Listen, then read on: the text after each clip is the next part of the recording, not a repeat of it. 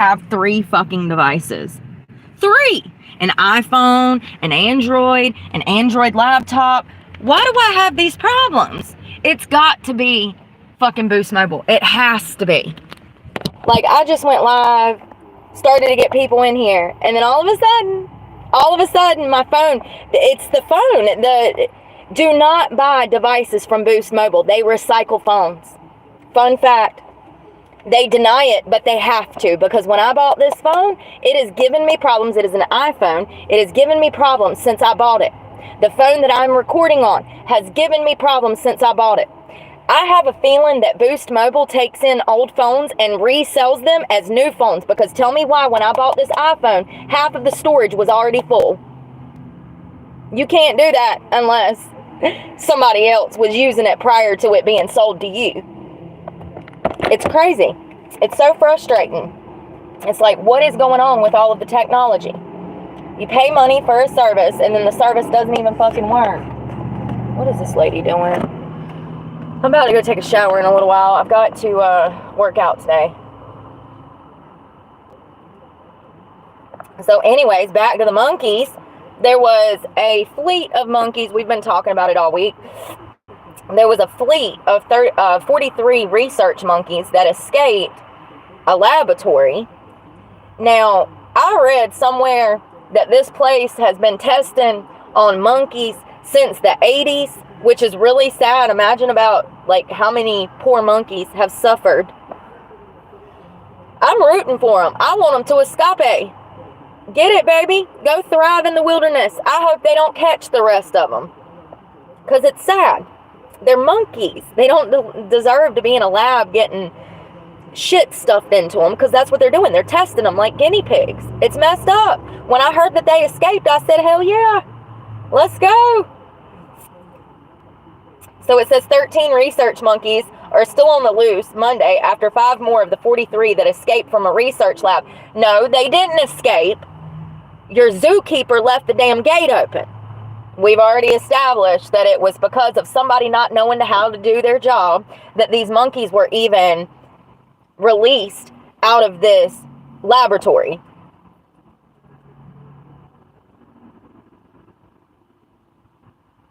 And this is the Alpha Genesis Primate Research Center.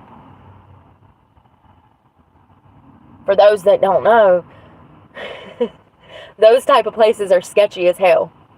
They do all kinds of stuff to animals that we'll never even know.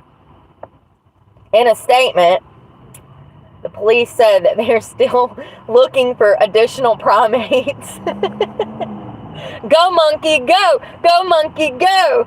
Like, it's so fucked up. I want them to win. I want them to thrive. Hell, South Carolina, they should be able to live pretty good if they can make it south, honey, towards that equator. You'll be fine. Make it south into Florida, Mr. Monkeys. So it says a group of the monkeys had amassed along the facility fence line where many had bedded down for an overnight sleep. That's how they busted them. See, that was your first mistake. Once you run from the prison grounds, you got to get as far away as possible, little monkeys. And you stayed around the prison grounds. I mean, imagine your great-great-great-great-grandmother being a test subject for these humans, and then now you're a test subject for these humans, and this is what we have. This place has been open since the 80s. There's no telling how many animals they've killed, murdered, slaughtered, and just wrote them off. Oh, poor monkeys. That's what we do here. It's messed up. I don't believe in zoos, sanctuaries, or animal laboratories. It's 60 miles of Charleston, y'all. Tell me why when I was in that park last weekend, I thought I heard monkeys. That was crazy. And then the next day, I see this article, and I'm like, I wonder if that was them. I was tripping. I said, God, I hear like ooh, ooh, and an ah, and I said, that sounds like monkeys. I didn't think nothing of it until the following morning. I woke up, I look at a news article, and it's talking about 43 escaped monkeys. Go, monkey, go! Go, monkey, go! Head towards the equator! I don't know if they can make it in the climate of this area. It gets cold here and it does snow randomly. I had some lady tell me yesterday, she's like, yeah, we've got snow here before. I said, oh, wow. Maybe I might need to go south. Any monkeys want to ride? Any monkeys want to ride? Get in, monkey. Let's go, monkey. Let's go. So Alpha Genesis provides non-human primate products and bioresearch services.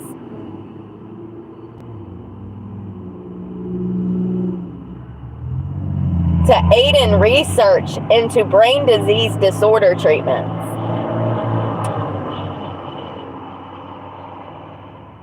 Them poor monkeys.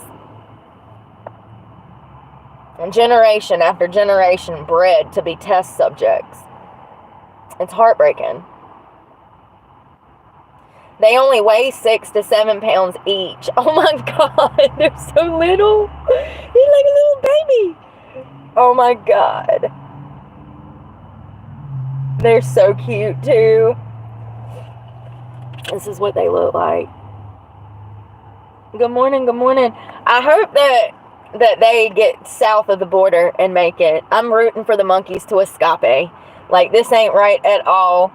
And here's the thing. I love how they say that these monkeys escaped when it was a dumb worker that you had working at the lab that left the gate open and let the monkeys out. But let's blame the monkeys. Like, they hatched a plan, broke through a wall, crawled through some damn pipes to get out. No, you idiot. Your damn workers are idiots. Anyways, I had to talk about monkeys because it's hilarious to me, and I'm rooting for the monkeys to make it out here in society and not get recaptured, because that's what they deserve. They don't deserve to be in a cage, being a test subject for fucking brain research. Like, bro.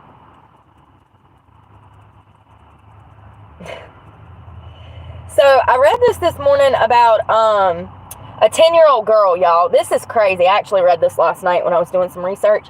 There was a 10-year-old girl that decided to sell some chickens. This is wild. This is exactly what the bank done to me for 4 years when I was with First Citizens. I'm about to read you this. This is a 10-year-old child, and if her parents would have not went to the news outlet, we wouldn't even know about this story. It was only because her parents had her back and knew that she had been done wrong by the bank, Chase, and they contacted the media. A 10-year-old girl in Arizona likes to spend her time raising and selling chickens. And these are not any old chickens. This girl is selling these chickens for $500 and some change a pop. She sold 6 chickens and made $2,100. I said, I am in the wrong business. Seriously, I didn't know you could make that kind of money off chickens. Who thunk it? After selling enough of the chickens to raise a few $1,000s, it was $2,100 exactly, and she received it in a check form. She takes her mother and father take the check to the bank, and this little girl, I think her name was Kinley Manor, she had her own bank account. Talk about good parents. 10-year-old out here with a job, a bank account. Y'all, if my parents would have raised me like that, I probably wouldn't be in this position. So, Kinley, with her mother, goes to the bank to cash this check. And Kinley actually dropped this check off. She was going to deposit the check. She had went, I do believe it was some kind of fair. She had went and sold 6 different chickens that she actually raised from the ground up. Now, her parents assisted in buying these chickens for Kinley to learn some responsibility. Her father said in a statement that he wanted Kinley to learn how to raise farm animals because it taught her responsibility, and she really enjoyed being around farm animals. So she ends up with 6 baby chicks. She raises them from the ground up. She gives them all of her time and attention. She's very responsible at 10 years old. Commendable. And she lives a very rural life. She lives about 3 hours southwest of Phoenix with her family.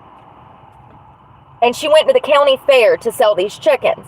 A man at the county fair wrote her a check for $2,100. Kinley and her mother went to go cash the check. Fast forward a week, because that's how long it takes a check to clear nowadays for some reason. I just want to be clear that that's stupid. There's no reason it should take that long. society is falling for bullshit and it makes everybody else's life harder. It should take a day or two to clear a damn check. So anyways, the money was gone. Chase Bank took the money from this child. Her father said it really taught her a kind of strict obedience of being out there and taking care of an animal. Kinley proudly showed her chickens at the Graham County Fair, eventually putting them up for auction. After all was done, Kinley's 6 chickens sold for a whopping $2,100. I'm in the wrong business. So, the check was deposited at Chase Bank. So we cashed it, said the father. Didn't think it would be a big deal. And the next day, Chase Bank closed this 10-year-old's account. They closed the account and pocketed the money. Sure did. They kept the $2,100 and they closed out Miss Kinley's account. I just want to reiterate that if it was not for her parents, this would have been swept under the rug, just like all of my banking issues. 57 instances in 4.5 years I was stolen from by First Citizens Bank. So, the mother of Kinley calls Chase Bank and she's like, what the heck is going on? Where's my daughter's $2,100? Where's the money? Their ultimate response is that, sorry, Kinley's not going to get her money back. There's nothing we can do unless we can verify the check. This is the crazy part. The man who wrote the check went to Chase Bank 3 times. 3 times to verify that check. 3 times he went out of his way to make sure Kinley got her $2,100. And Chase Bank refused to pay her the $2,100 and refused to allow her to open up another account. So they robbed a 10-year-old. They robbed a 10-year-old. And here's what they said. They said that the only way to verify the check is to go through the number on the check. Because for some reason, the number on the check, they couldn't get in touch with the check company or whoever it is. And a whole year after the county fair, Kinley still does not have her money. Poor little Kinley. She seems so reasonable at damn 10 years old. Quote, I was a little bit upset because I deserved the money and it was supposed to be mine.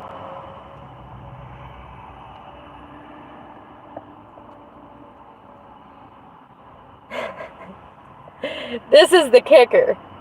The family then contacted the news outlet KPHO to share Kinley's story. Shortly thereafter, Kinley's story was shared. The bank apologized and worked quickly to get Kinley her money back. Yeah, I bet they did.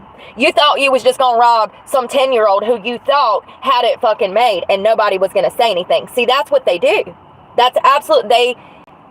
I wonder how many of you rich people out here don't even realize that the bank is stealing money from you every month. They are, especially if it's Chase. Oh, God. Bank of America, First Citizens. They're thieves. They're thieves. This is why people are not using these financial institutions anymore. This is why people are finding other ways of means. Because these banks are not to be trusted. They just robbed a 10-year-old. They just robbed a 10-year-old and tried to play her, saying that the check was not verifiable when the owner of the check, the guy that wrote the check, went down there 3 times to figure out the situation. This is how the rich get richer and the poor get poorer.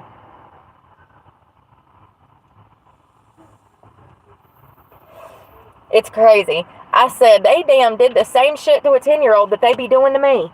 No doubt. Well, at least I'm not the only one. I'm just too poor with no parents to do anything about it. No, 57 fucking times. That's thousands of dollars. So, there was a woman. Y'all, this is gruesome, so trigger warning. There was a woman that was found guilty of murdering and dismembering her mother before burning her mother's body on a grill. A barbecue grill. It wasn't no flat top, nice grill. We talking about a $20 rickety square metal grate grill. A woman was found guilty of murdering her 71-year-old mother and working with her daughter to dismember the body with a chainsaw. Candace Craig was found guilty of first-degree murder, second-degree murder, and tampering with evidence and disposing of a body in an unauthorized place. According to the state's attorney, Craig killed her mother after an argument over fraudulent credit card charges. Then she dismembered her mother's body and burned it on a barbecue grill to get rid of it. Y'all, I have so many questions. Was she in the city? Was she in a rural area? Do y'all know what that smells like? Imagine burning plastic times 100.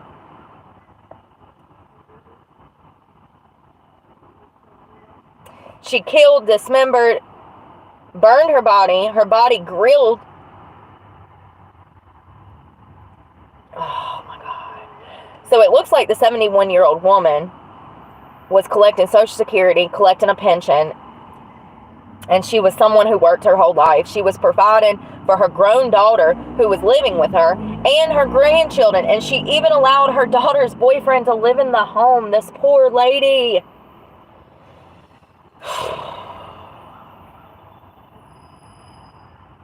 Poor lady. The gruesome murder happened in Prince George's County last year. Officers arrived at the home on Hill Road in Hyattsville on July 2nd of 23 after neighbors reported not seeing the 71-year-old Margaret Craig for several days. Thank God the neighbors called, because there's no telling what evidence these idiots would have gotten rid of. How did nobody smell that body? Like, this woman was 44 years old, Candace Craig. She answered the door to the home, allowing police to come inside. When the officers went into the basement, they immediately noticed the odor of decomposition and blood near 3 white plastic trash bags. When they looked inside the open bag, they discovered what appeared to be brain matter and the dismembered remains of what officers believed to be Margaret Craig. God rest her soul. A forensic investigator arrived and confirmed the bags contained human remains. Additionally, investigators later found a chainsaw, cutting utensils, cleaning materials, and blood splatter throughout the basement. Oh, sorry, I'm literally gagging. Investigators claim human remains were on the chainsaw when it was seized from the home. I'm gonna throw up. What is wrong with people? Ugh.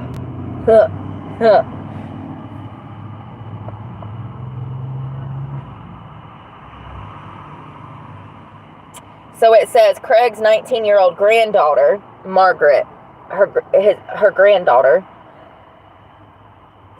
Sally Hardy, pled guilty earlier this year to being an accessory to murder after the fact and is awaiting sentencing. She reportedly told police her mother then attacked her grandmother, whose body she reportedly found the next day in a blue bin in her bedroom.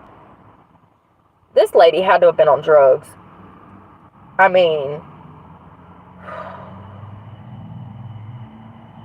So, Candace and Hardy then began to dismember. This is the mother and the granddaughter doing this to the grandmother. They began to dismember Margaret with a chainsaw and attempted to burn her remains on a grill and a fire at the back of the home.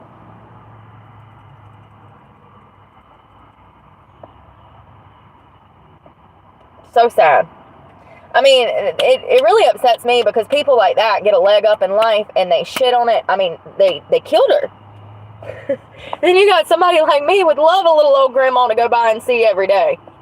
You need eggs? You need milk? What you need, mama? I'll bring dry napkins. Oh, I got the dry napkins, mama. Y'all ever seen that? Taylor Tomlinson. I can handle the dry napkins. Oh, so I wanted to show y'all something because this is kind of crazy. So I ran across a story last night looking for a different story. And actually, I want to talk about this cold case first. Let me get it up. So there's been an 84-year-old man arrested in connection with a 50-year-old homicide. There was a girl back in the 1970s. Her name was Mary Kay Schlasi.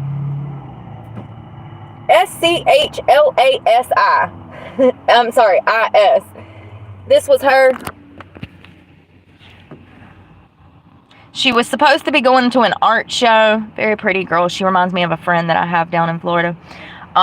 Mary Kay, there you go.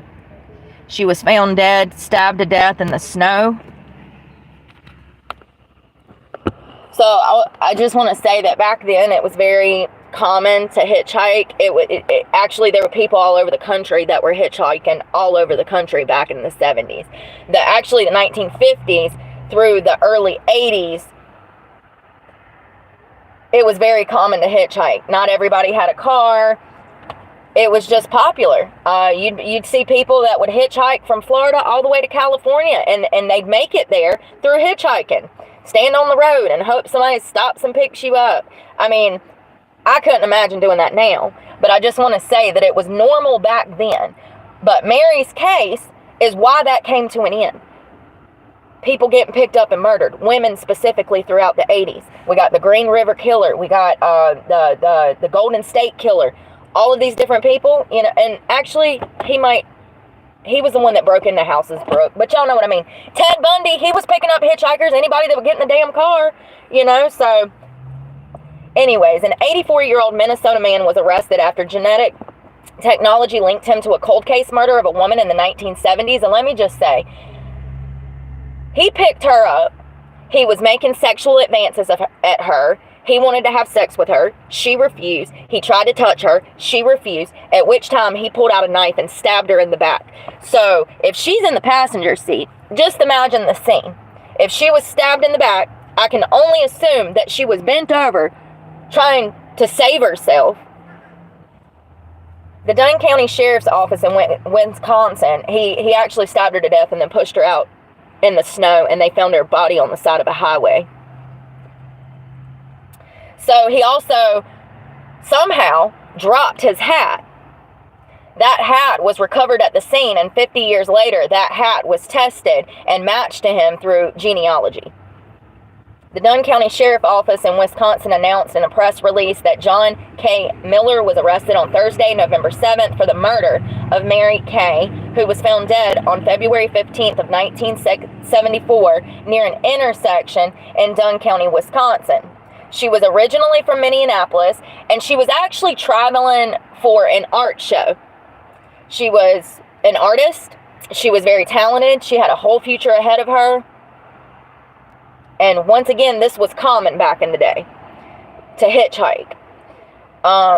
She was headed to an art show in Chicago. And there was actually an eyewitness that observed a suspect and a suspect vehicle that were believed to be connected to the homicide. However, despite investigators looking into tips and leads, they were never able to identify a suspect. Later, thanks to advances in DNA technology, the investigative genetic genealogy, which police worked on with a genetic genealogist team from a college in New Jersey, were finally able to identify Miller in Minnesota as a suspect. And y'all, he looks crazy. He looks crazy. Hold on, let me see. I got a picture. He looks crazy.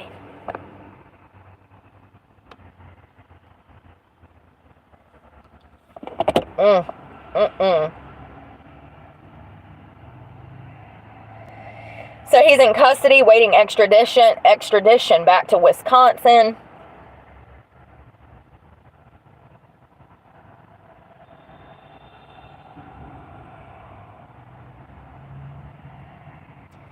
I mean, it's just crazy that he couldn't take no for an answer, but it's not surprising.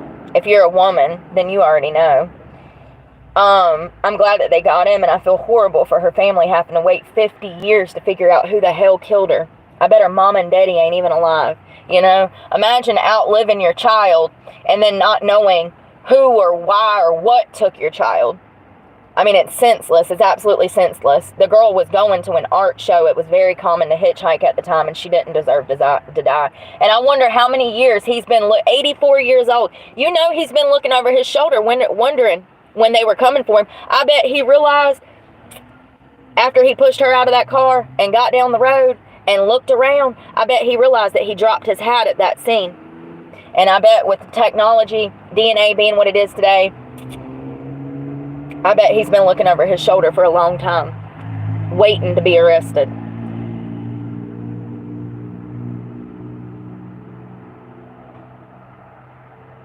And they actually had to go... They actually went to Wyoming to visit him, where a potential suspect voluntarily offered the DNA sample, which was ruled out. And then they kept working at the college with a team to try to find a genetic match. So what they do is they can go through databases and they can find your family members. Yeah, all of your family members that have been given their swabs. It goes into a database. Now, Ancestry and other 23andMe, they claim that they don't work with police, but I can assure you that if the cops show up, they have no choice but to work with investigators. So, and they also have multiple databases.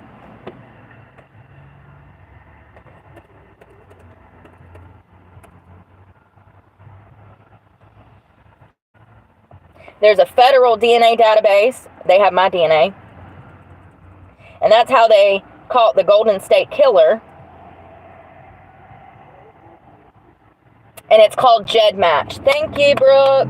GED, G-E-D match. They can go through GEDmatch and find your old relatives and link that DNA back to you. And that's how they got him, just like the Golden State Killer. It was process of elimination. Once they had the family history and the family DNA, it ain't hard to find them. So I want to show y'all this because this is kind of crazy. Did y'all know that there's been people dropping dead left and right at Planet Fitness? And it don't even come up. This is why I don't use. Look, man found shot. This is why I don't use it. Don't worry, I have the article. I went to DuckDuckGo.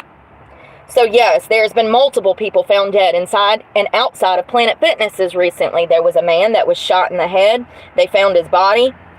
Hold on one second.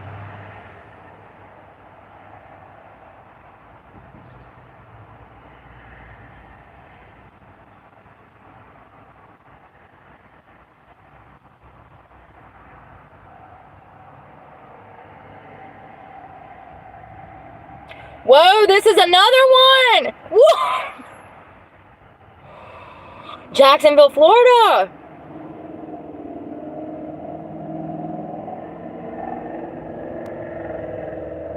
You know what? I'm so sick of fucking... It was not.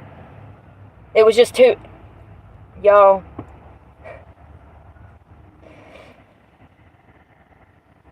Let's go to Doug. Man killed at PF. Literally brought it up. My computer's being freaking stupid too. Yes. Oh, there's another one. Man hit and run. Fresno. It could be a homicide. There was one ran over. Here we go. I want the one that was shot in the head. Like, this is crazy.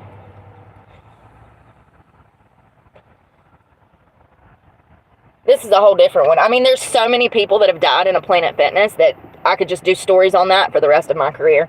Indianapolis, an investigation has been launched after a man was found dead inside of a Planet Fitness on the south side of Indianapolis Monday morning.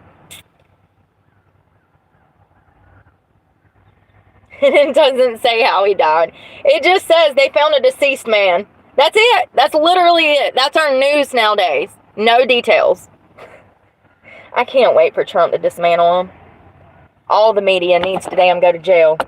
If you're caught lying in the news, you lose your job. How about that? How about they get fired if they're lying or spreading misinformation? We need to be able to trust them, and they don't even know how to do their job anymore.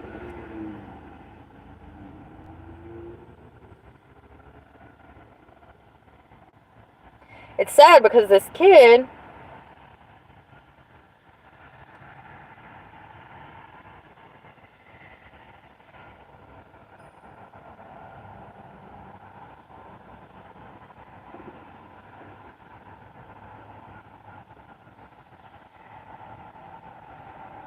Why is it that I look up stuff at night and then the next day I go back to finding it and it's gone, and I even be bookmarking stuff too?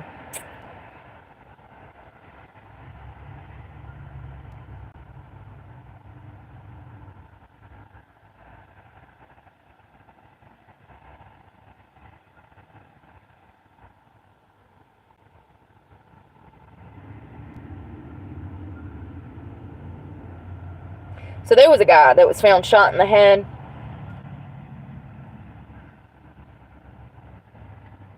Outside of a Planet Fitness. They did an autopsy, which is what I'm looking for, is his damn autopsy.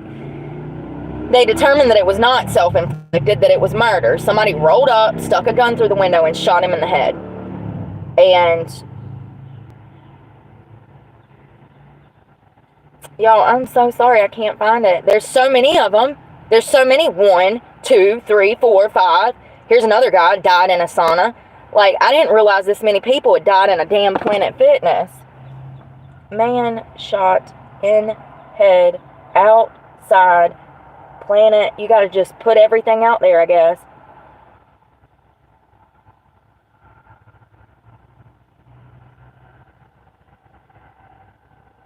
That's a different one. Another guy was shot in the face outside of a Portland Planet Fitness.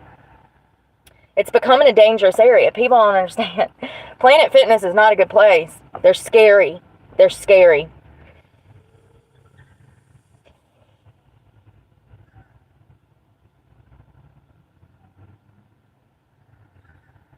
The Portland Police Department reports one person was shot in the face and the suspected shooter is dead following an incident in front of the local Planet Fitness. I wonder how much roids they were on. Police, I'm joking. Police say upon arrival to the scene, a male was found with a gunshot wound to his face. He was transported to the Skyline Medical Center for treatment. While officers searched for the suspect, identified as Colton James Lynch, the Allen County Sheriff's Office in Kentucky reported they believe they had found the shooter inside of his vehicle with a self-inflicted gunshot wound. So they got in an argument. He shot and killed a guy, and then he went back and got in his car and shot and killed himself. Jesus. Yeah, I think I'm good on going back to Planet Fitness. I mean, and there's just story after story. I didn't know, when I was looking up on dirt on them 2 months ago, I didn't even think to look up deaths. I didn't even think to look up deaths.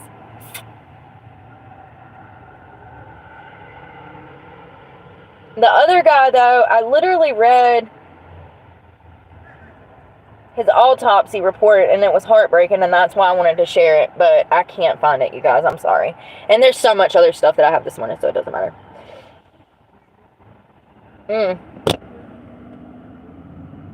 So something that I noticed last night when I was doing some research is that the media is now they're now saying that Project 2025 was mischaracterized by the left. I find it interesting that now they want to say that it's not some right-wing conspiracy theory when 6 months ago they were saying that Project 2025 was going to end this country and that, Donald Trump was going to become a dictator, and now they're saying that Project 2025 was mischaracterized by the left. Why would they do that? See this? Every single news line, mischaracterized by the left 9 hours ago. Do you see how the tides are turning? Look at all these.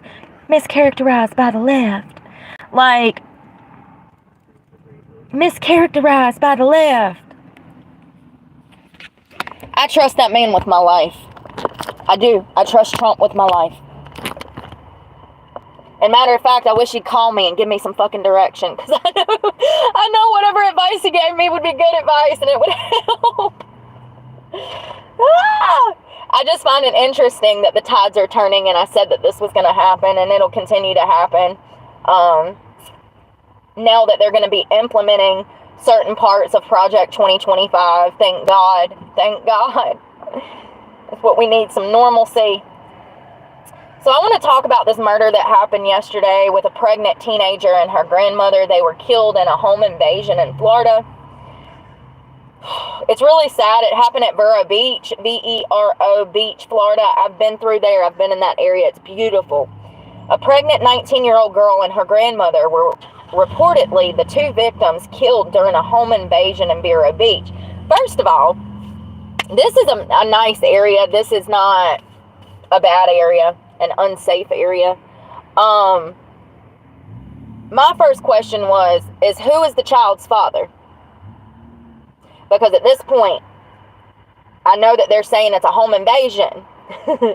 But see, I just feel like they need to do their job better, because this type of brutal killing is typically someone you know. Someone that is trying to rob someone is not going to go through the trouble of committing murder just to rob someone more often than not.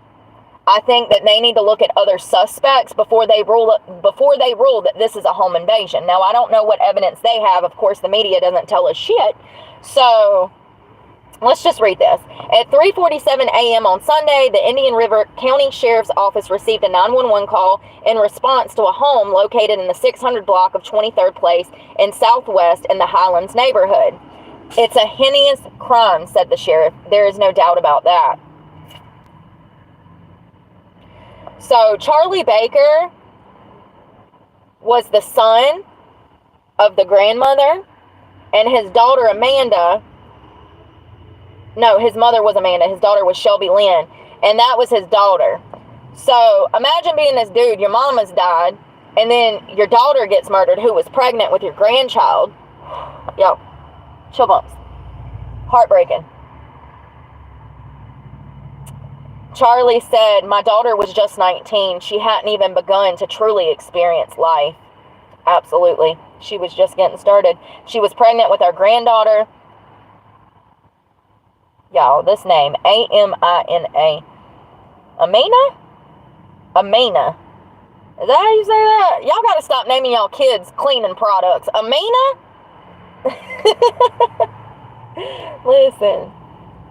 Sounds like a cleaning product, Amina, or a bad virus. Amina. She got the Amina. Sorry. So it says that Lynn was really excited about giving birth, and now she won't be able to. The baby was lost, of course, during this brutal murder.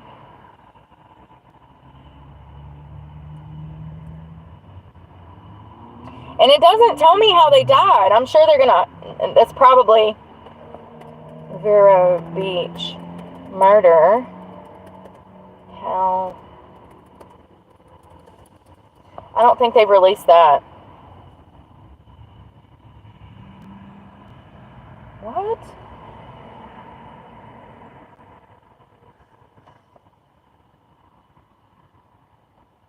It doesn't tell me. They're not releasing it at this time, how they died. I don't know why I thought it was a stabbing, but I guess that I'm getting cases mixed up.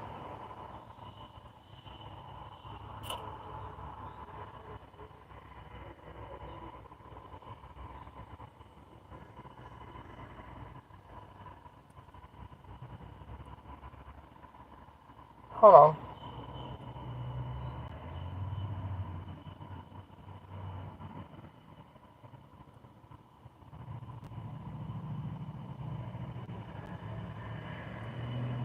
So the sheriff says, quote, I can tell you the residence involved is one that we are familiar with, he said. It is one that we have been to numerous times this year so far.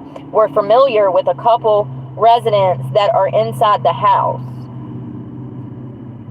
If there's anybody who knows these residents in question, who knows the people who are inside of there, if they are aware of anything that occurred overnight, we're looking for additional investigative leads.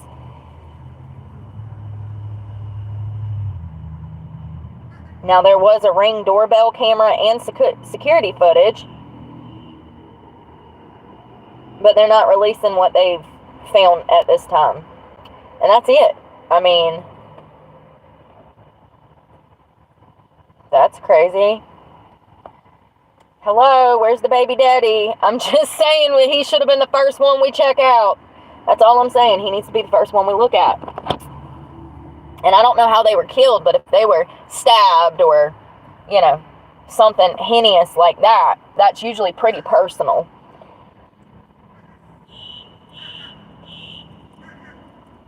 So I was looking at the crime statistics this morning, you know, because the Biden administration has been telling us for 4 years that crime was down.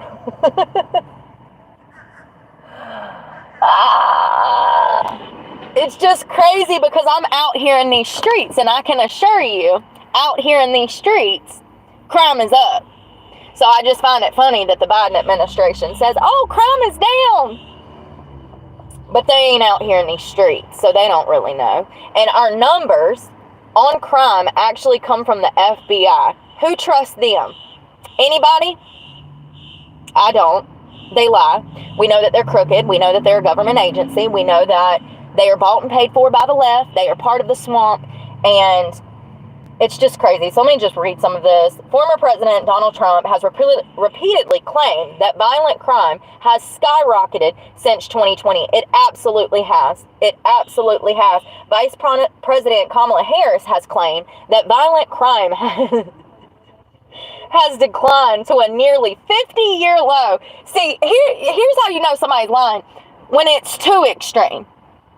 She's trying to say that crime has declined to a near 50-year low. I mean, if you're going to lie, at least come up with something that's reasonable. Crime is going to get worse at times. We have the world expanding. When you have people populating, you got more people out here, crime is going to go up every, decade, half a century, whatever. It is what it is. But it's skyrocketed, you guys. Like, look at California. Look at New York. They're not even arresting people because they don't have anywhere to put people. But yet the Biden administration is saying that it's in a decline, an all-time 50-year low. Bull crap. Bull crap. Go lie to somebody that can't see through your you-know-what. Both candidates are citing different federal statistics that might measure violent crime. Trump cites a Justice Department survey, while Harris cites the FBI data on crimes reported by police departments. Here's the thing, though. That's reported crime. That's only if somebody calls the police and says, yes, I need to report a crime. How many crimes, how many rapes, how many assaults, molestations? We know that only a certain amount of people even come forward in these cases. And when you don't have police backing and the police don't give a shit, you ain't going to them. And if you got anything like me, like a criminal record and PTSD from dealing with them fuckers, you definitely ain't going to them. So I just find it interesting that Harris's data comes from crimes reported to police departments. Let's not forget that over half of crimes that happen are not even reported. I love this. This dropped this morning, and it's talking about... Hold on one second.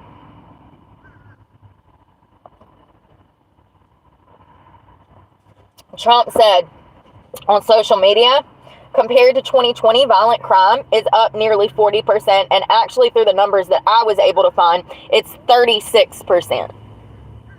Crime is up from 2020, 36%. He's saying 40, my numbers show 36. And it says that figure aligns with the estimates from the latest National Crime Victimization Survey. The Department of Justice, which found that the rate of violent crime offenses defined as rape, robbery, and aggravated assault, but not including homicide, was up 37% higher in 2023 than 2020. What did I tell you guys? They've been doctoring numbers for years, and now we're starting to find out small truths. Wait till he gets in office.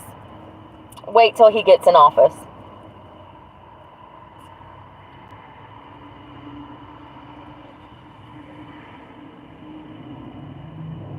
They just write bullshit you don't even need to know anymore. Listen to this. But according to the FBI, the rate of violent crimes defined as rape, robbery, aggravated assault, and homicide was 6% lower in 2023 than 2020. Oh God. I mean, it's just they really just drop shit. Like, if you've been out here, then you know. If you've been in your local neighborhood, your local neighborhood market, you've been to a Walmart, you've been to a Target, you know that is bullshit. If you've been living in these streets, as Kamala would say.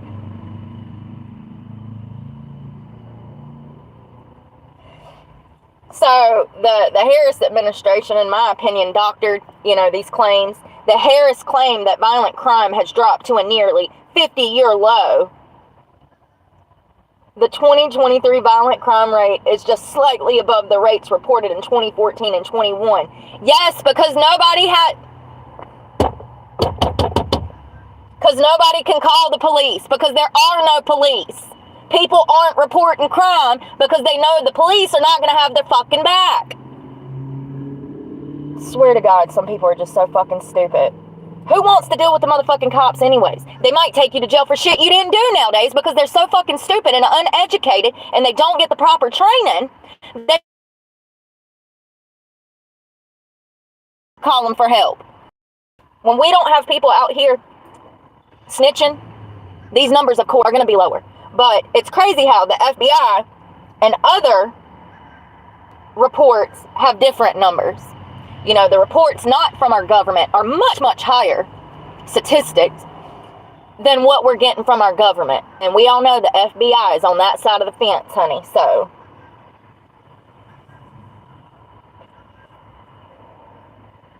you defund the police, crime skyrockets, then people don't even report.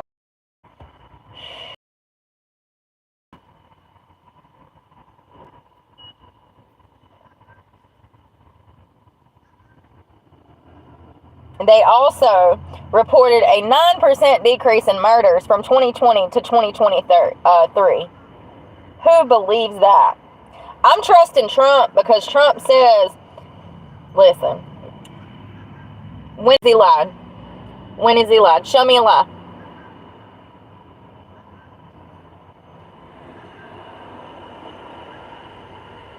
So it says,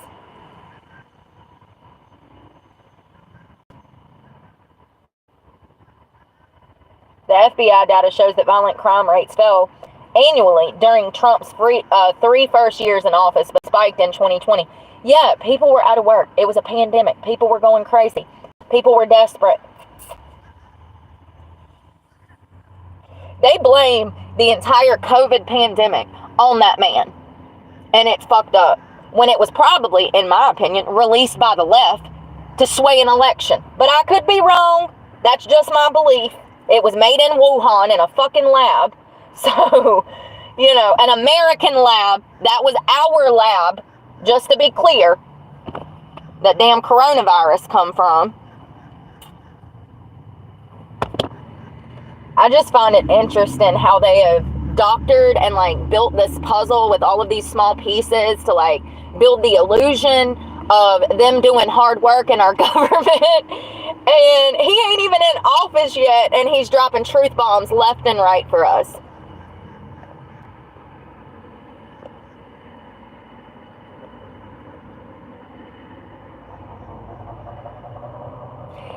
Thank you, Jared. Yeah. I have videos of men in the female spaces in Planet Fitness. Yeah, I recorded it because it's my locker room. It's disgusting what Planet Fitness is. They'll go out. They'll be filing for bankruptcy. Mark my word. I think by the end of, I don't know how long you think it'll take, Brooke. I'll give them another 18 months. We'll see what happens. That's my. I say 2026 they'll be filing for Chapter 11, but we'll see. They've already lost over $500 million because they do not protect women and children. And matter of fact, they have created a system for themselves to groom children by allowing underage youth to gym in a gym where it's supposed to be adults. That's how grooming starts. It's sickening. And people just drop their fucking kids off there.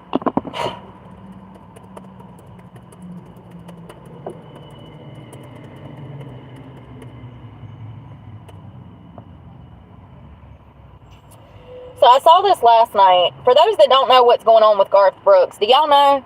He was accused of raping his hairstylist back in like, let me find the story, because apparently, you know, Garth Brooks and Trisha Yearwood, if you don't know who Garth Brooks is, he was a country artist from back in the day. Very popular country artist, okay? He was like top of the top back in the late 80s, early 90s. He was Very popular. He was one of the best country artists out on the radio. I listened to him as a child. My mother had the CDs, and him and Trisha Yearwood are considering moving to Ireland out of the United States because of all of the negative press he is receiving from these rape allegations. When I went to find evidence, I want evidence. I'm sorry. If you're waiting 30 years to come forward with something, you better have a t-shirt. You better have a video. You better have a picture. You better have some fucking evidence, because I'm sick of these people coming forward 30 years fucking later. You know, in my case, I've been singing the same tune since I was 16. So that's completely different. Completely different. Been saying the same thing since I was 16, 20 years. That's 20 years. That's 20 years. Now, if I would have waited 20 years to come out and make all of these allegations, that would be different. I feel some type of way about this. Now, this woman says that she went on a trip. I can't find the article, so I'm just going to have to tell you from... I don't understand how shit... You can look up something the night before, and the next morning you go to find it, and I even bookmarked it, and it's still gone. And it's gone. It was said that he had a show. His hairstylist flew with him on a private jet to this show to do his hair, makeup touch-ups and stuff. And it was said that he raped her when she was flying privately with him. And he says that the death threats, the hate, his career has plummeted, you know, like it's nosedived into the ground.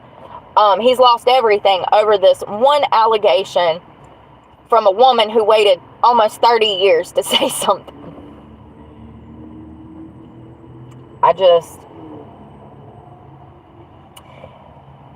Garth Brooks said he would leave the country permanently because he felt that there was, quote, no respect for him here.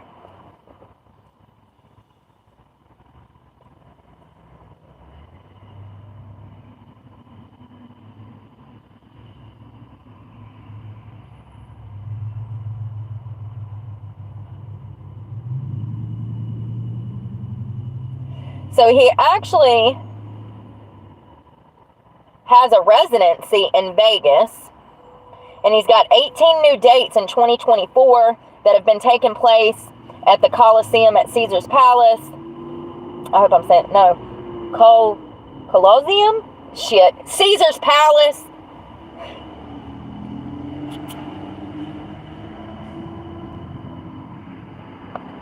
Y'all ain't worth a damn. Media is not worth a damn. I want to find out what happened with her.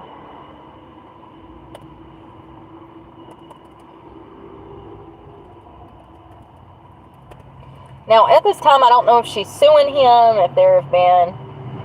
Ooh. So, Garth Brooks actually requested to move this lawsuit to federal court. That makes me feel like he's even less guilty than they want to make him seem.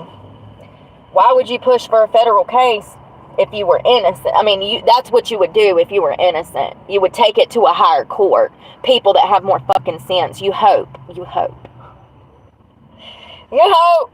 Now, this is out of the Tennessean if it'll ever come up.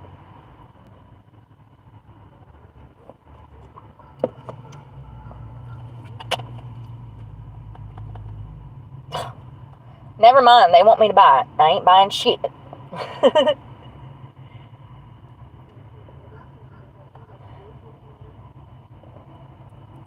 So Garth Brooks names his rape accuser and says he's the victim of a shakedown.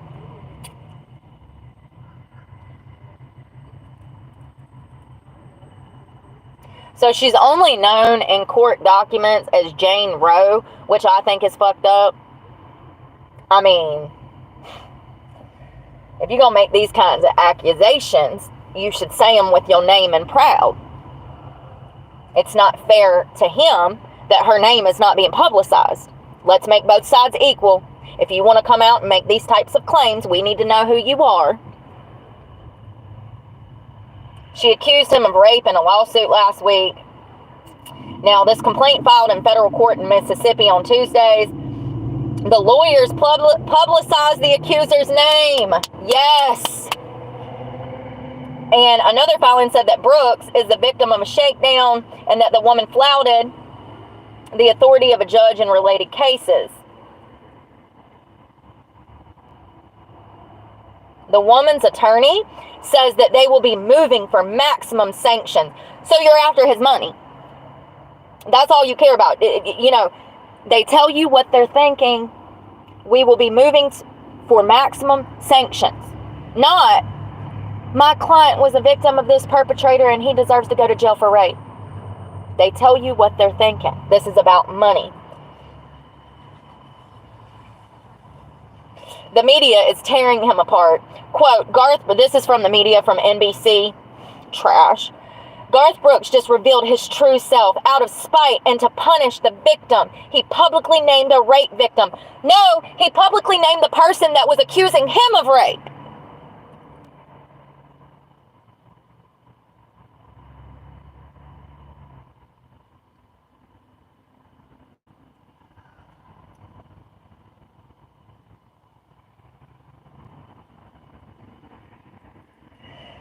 So it says, last month, a John Doe sued a Jane Roe in federal court of Mississippi. The plaintiff, identified only as a celebrity and public figure who resides in Tennessee, said that in July, a lawyer for the woman, who the lawsuit said is a resident of Mississippi, sent the man, later identified as Brooks, a demand letter with what he described as false allegations of sexual misconduct and sexual assault, that she threatened to sue him unless he paid her millions of dollars.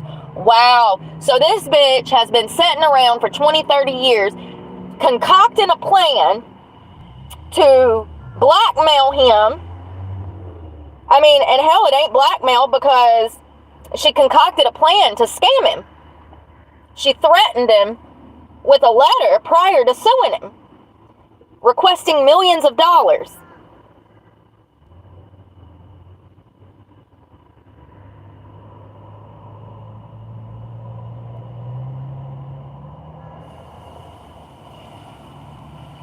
The woman describes herself as a hair and makeup stylist who worked with Brooks' wife, Trisha Yearwood. And actually, Trisha Yearwood she hired this girl.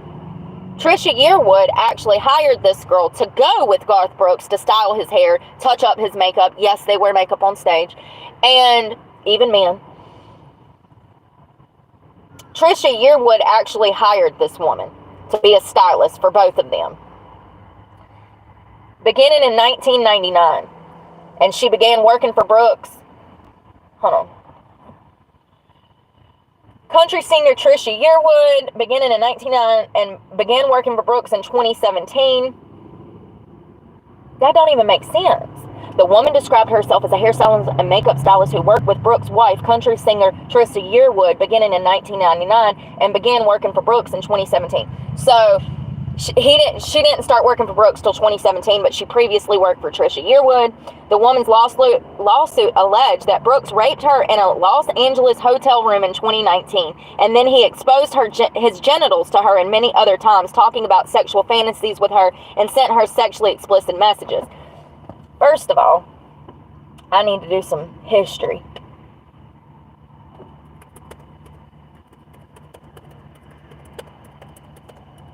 Struggle with drugs, drugs and alcohol.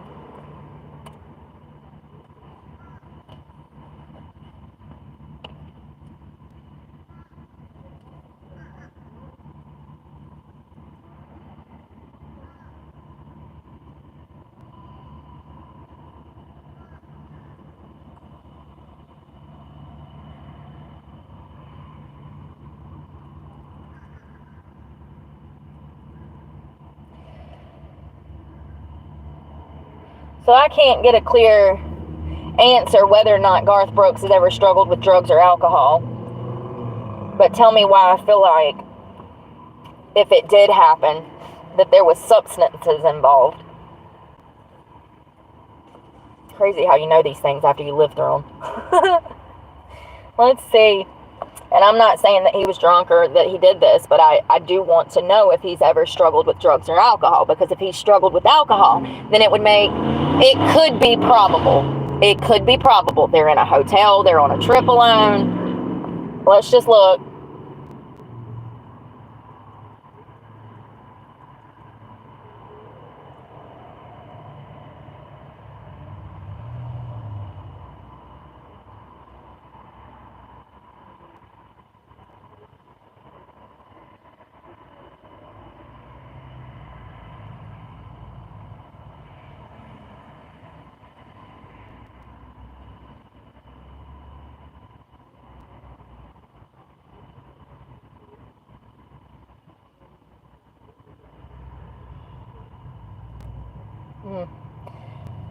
I'm not seeing anything on him.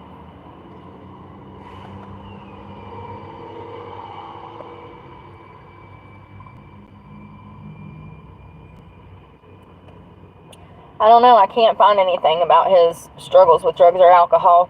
I don't know. If he was drinking, then that'd make her story more believable, but I'm not seeing anything like that, so I don't know. I could have swore he was an alcoholic back in the day, but I'm probably wrong. Does anybody remember if he struggled with alcohol? Damn it. Oh, good morning, good morning. Sorry I haven't been answering the thing.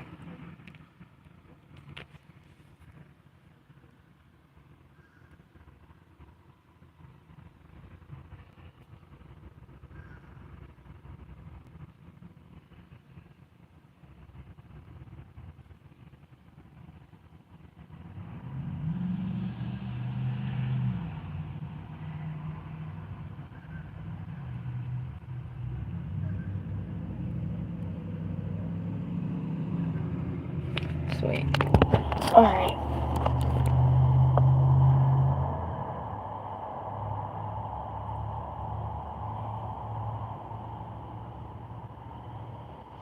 So, Garth Brooks said he wasn't giving her damn money, that he considered it hush money that she was asking for. No matter how much or how little, it's still hush money in my mind. That means that I'm admitting to behavior that I am incapable of. Ugly acts no human should ever do to another human. So, this woman is seeking compensatory and punitive damages and a jury trial. Jesus, God. God, no, do not trust these 12 fucking people that have no clue about law. It's sad. I hope that he didn't do it. I take things like this with a grain of salt because I see through the bullshit. I know what it feels like to have money, and then people want to fucking try to kill you because of that. They want part of that, and they will say and do anything to get a part of that. And this woman was a hairstylist for years. It sounds like you mismanaged your money, you dumbass. So now you concoct a damn story of the only celebrity that you style hair for and try to take him to court for money. It's disgraceful. Go monkeys, go. Go monkeys, go.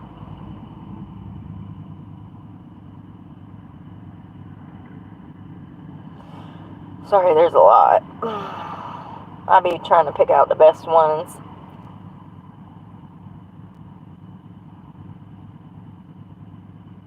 Oh, that's pretty important. Well, I guess I can just read it off here. So, after Helene, Asheville public housing evictions continue.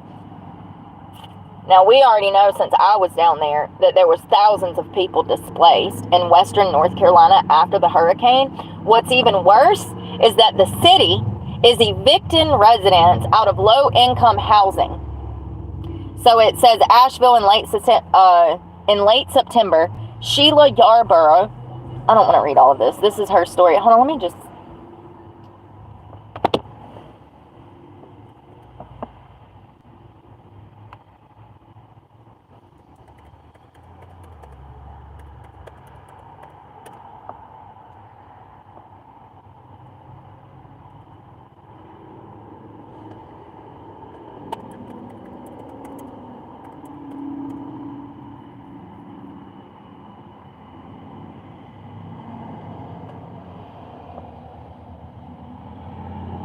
So it says before the hurricane hit, rental stock was already in short supply in western North Carolina. That's like what's available on the market to buy or rent.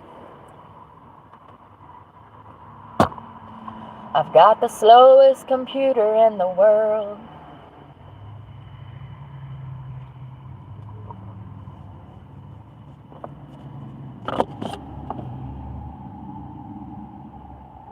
You know what's crazy is I only use this computer for one semester of school, and I've downloaded maybe 3 or 4 PDFs on it, and all of a sudden it's messing up. I used it for 6 months, and it's acting like it's gonna crash. Like, oh God.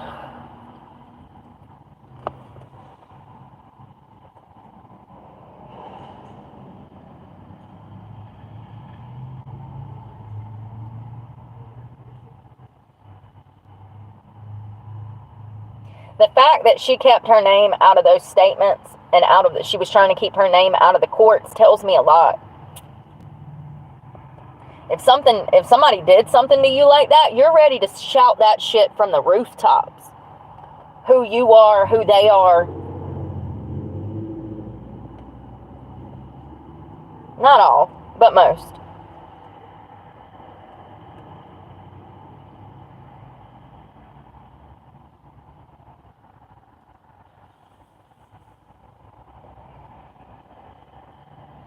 So, a few weeks after Hurricane Helene upended the region, around 50 residents of the Asheville and Buncombe County bundled up in coats and mittens and stood outside of the courthouse. They carried signs that read, "No evictions in a disaster. Housing is a human right."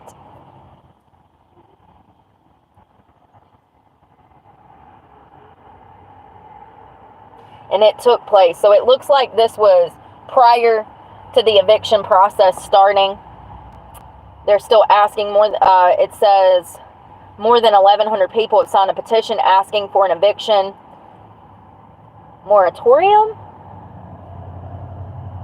They want a small grant program for rent relief, and no rent relief program has been made available.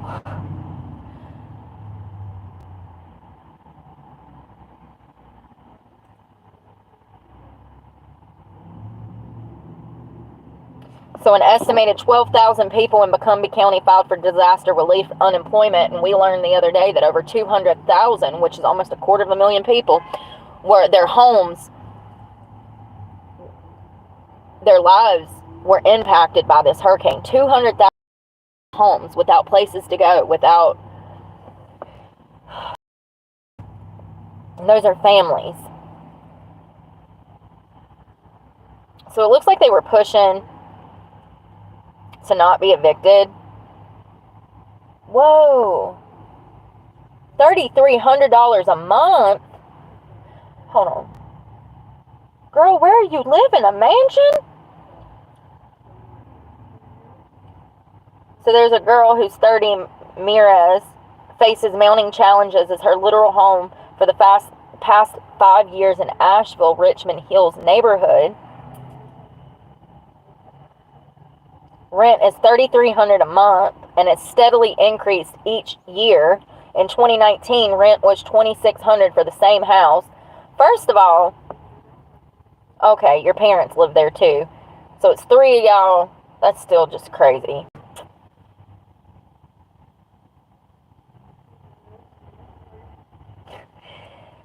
She applied for FEMA aid and disaster unemployment assistance, but had not received anything. So what, your mom and you and your dad are going to be evicted? Because you have to think, you guys, all of these people are now out of work, too. They can't go back to work. The businesses were destroyed. There's no jobs. There's, no homes. Everything was flooded. They're not getting a paycheck. This is what FEMA's supposed to be for, but we spent all of our FEMA money on illegal immigrants. It says it on the Department of Homeland. We read it somewhere. It was either there or one of the two. And it said we will be diverting funds from FEMA for immigration on the U.S.'s website. And then they sit there and say, no, we didn't spend any FEMA money on illegal immigration, when they actually have it posted on the U.S. website. They'll just fucking bold-faced lie because they forgot what they lied about yesterday. You know what I mean? They forget their lies and it catches up with them.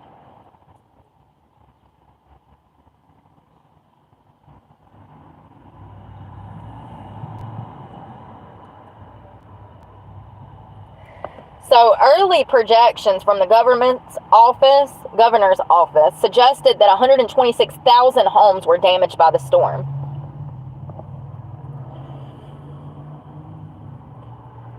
And that affected over 200,000 people.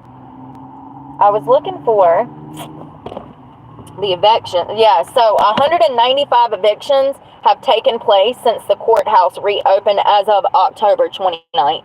So what are they doing? They're not helping the community. They're not helping the community. They're over here putting people out on the streets because they can't afford their rent because of a natural disaster that FEMA should have gave them a check to fix. It's unbelievable. Unbelievable. But at least we know next year when we have hurricanes, we won't have this problem. We have somebody in office that'll make sure we have a roof over our damn head and food on our damn table.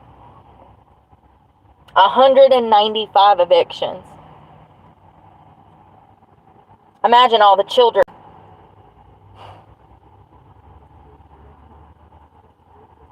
So they're evicting people out of their homes because they can't pay rent. So just when you thought it couldn't get worse, when you thought that life was going to go back to normal, when you could be grateful that you still had a house, you were one of the lucky ones that still had a house, the government shows up and says, you got to get out of here. Here's a summons. You've been served. We'll see you at court next week. You know how much time they give you? Not even 2 weeks. Not even 2 weeks to get all of your personal property, all of your belongings, and get the fuck up the road. And there's nowhere for you to go. They were already in a housing crisis prior to the hurricane. They were already low stock for rental properties. The hurricane hits, and now they're getting evicted out of their home. Oh, something else I saw this morning. Y'all remember that damn lithium mine over in, where was that lithium mine? It's in North Carolina. It's like 40 miles south of western North Carolina. Hold on one second. Lithium mine, North Carolina, laying off. Albemarle Court. We've talked about them before.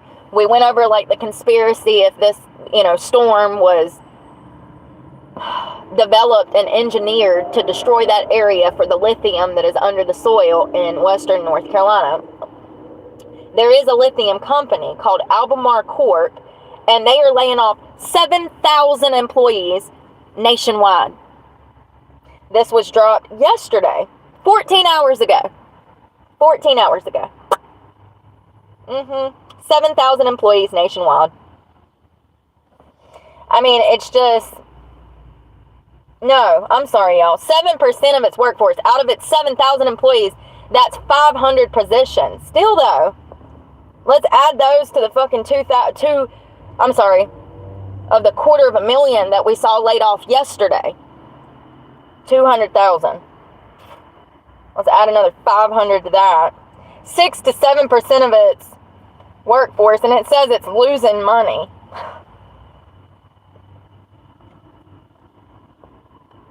I don't understand how these damn companies that are digging in dirt are losing money.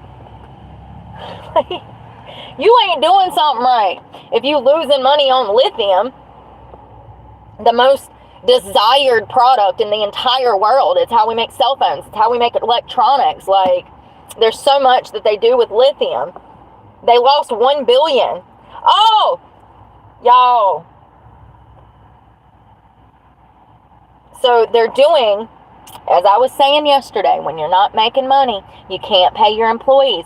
Charlotte-based Albemarle to lay off 7% of its workforce after losing $1 billion. They can't pay their employees.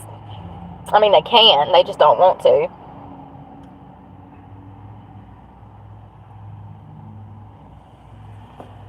It's 500 positions. I was wrong. Sorry.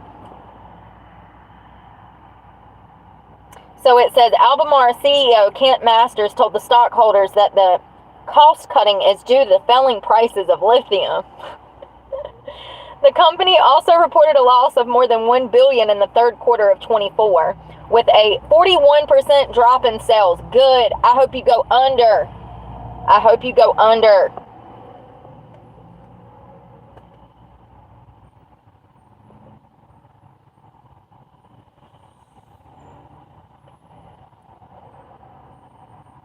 So they're laying, hold up, here's a different story that says something about,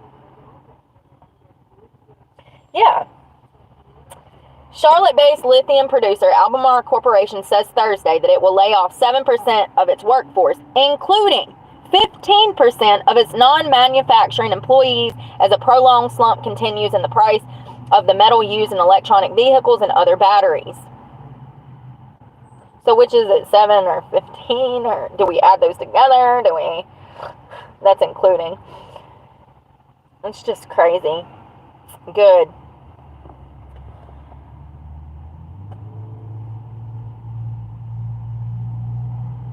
Why don't y'all all quit and give the company to the people of Western North Carolina who actually need work now? There's an idea. Let the people of Western North Carolina have that plant and all the money that comes with it. I'm sick of these corporations. They're evil. And when the shit hits the fan, they fire their employees, lay them off.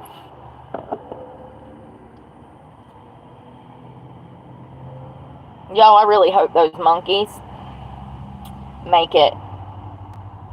They caught half of them. It breaks my heart. Imagine being a guinea pig.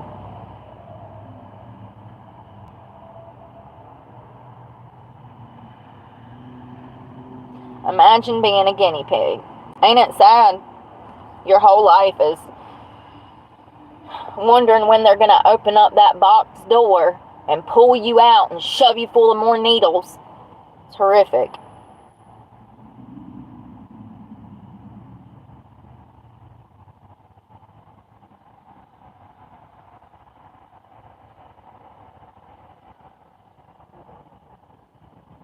Oh, I found it. Autopsy. Man found in the Greenville Planet Fitness parking lot was shot in the head. An autopsy released today says a man found dead in the parking lot of a gym was shot in the face.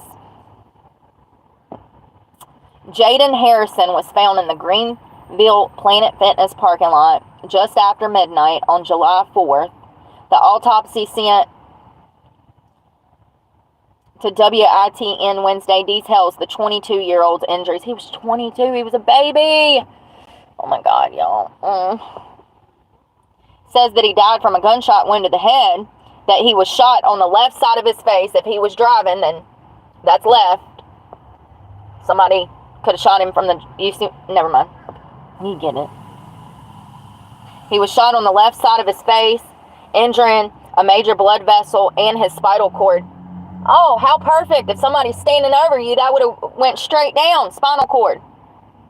Somebody come up to the window and put a gun in my head right now and was standing over me. A summary from the medical examiner said Harrison was likely... Ooh!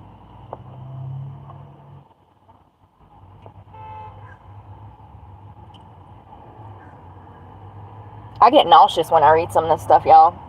It says that he was likely shot in the mouth, as there was 2 teeth broken found next to him. Poor guy.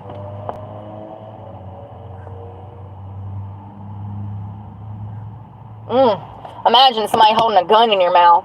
Whew! Y'all, I'm literally standing up. I mean, it's just horrific. It's horrific. Nobody knows anything. Nobody saw anything. There was no cameras. That's another thing that I've noticed at Planet Fitness. There's only cameras inside the building. Be careful about that. Go to a gym where you know that there's cameras on the outside. They've made no arrest. They did release photos in early August of a man seen in the area of the murder around the time that it happened.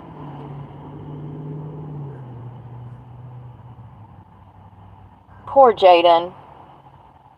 And that's it. I mean, and I went and I searched and I was trying to find updates and I wanted to know if they'd caught the guy and like...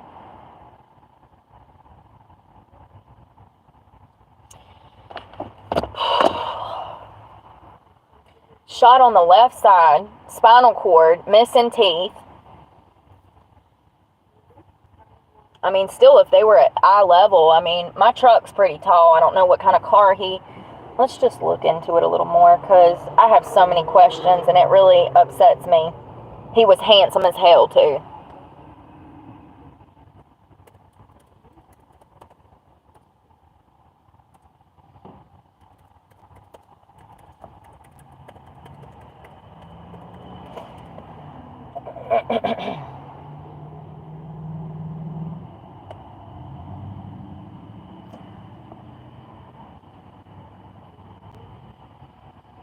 Oh God.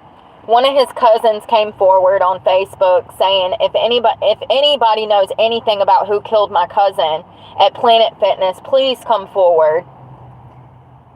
Those words were from a social media post made by 21. I thought he was 22. Y'all can't even get the age right of the victims that y'all are reporting on. Somebody please put me through journalist school. I can get that right. I can get his date of birth right. If this says 21, that says 22. Which is it? That's kind of imperative.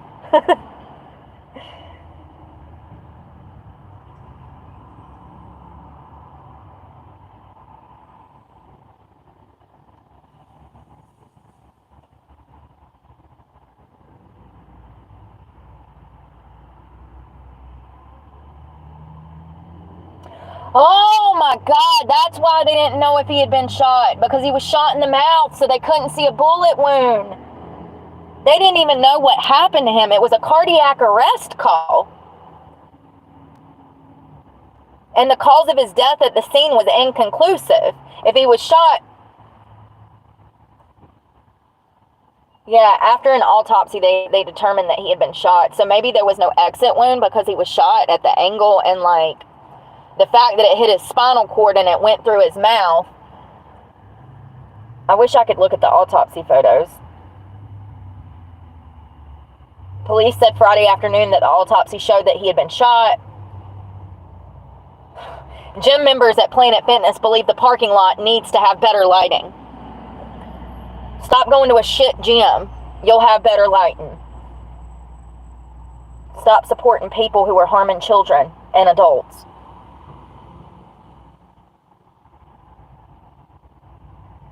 Police believe that he was working out on the night of his death.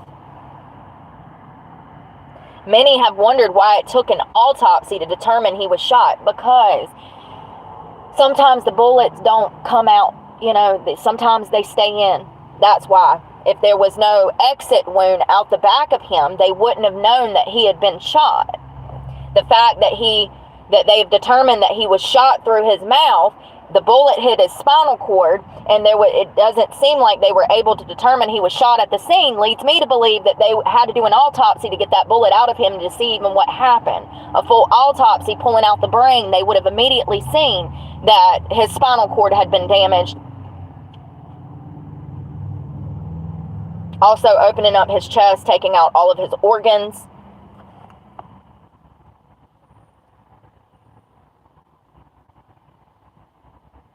And this was a year ago. And there's still no update. I wonder if somebody robbed him. I wonder if somebody tried to rob him and shot him. I don't know. It's just crazy and so sad. Imagine going to your favorite gym to work out and then never coming home.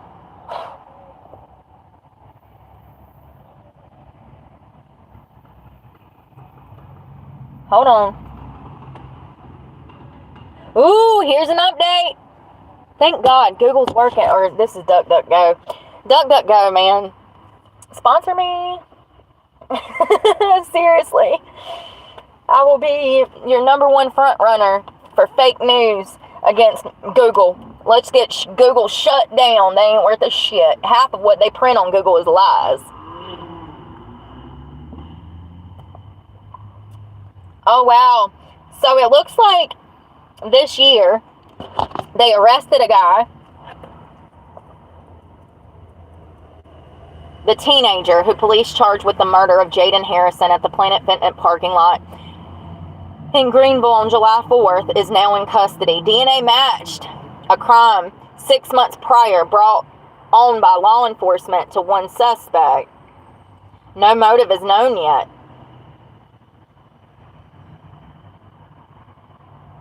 Law enforcement say that this teen is responsible for the death of the 22-year-old Jaden. That's it? That's all y'all gonna give me? Hold on. Damn pop-ups. I ain't paying. I don't want to subscribe. You ain't worth a damn.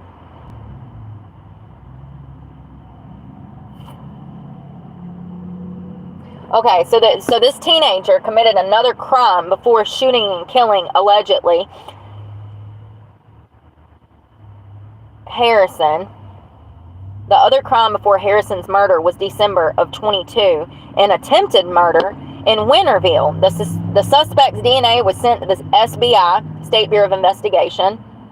6 months later, DNA from Harrison's crime scene was sent to the lab. After extensive testing, the SBI confirmed a DNA match.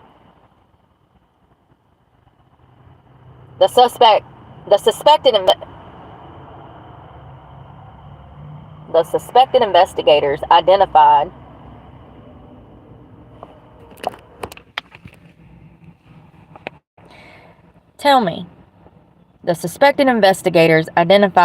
was served. Lie to me and tell me that makes sense. The investigators identified a suspect, and he was served with a search warrant, and DNA was collected, which led to his arrest March 8th of 24.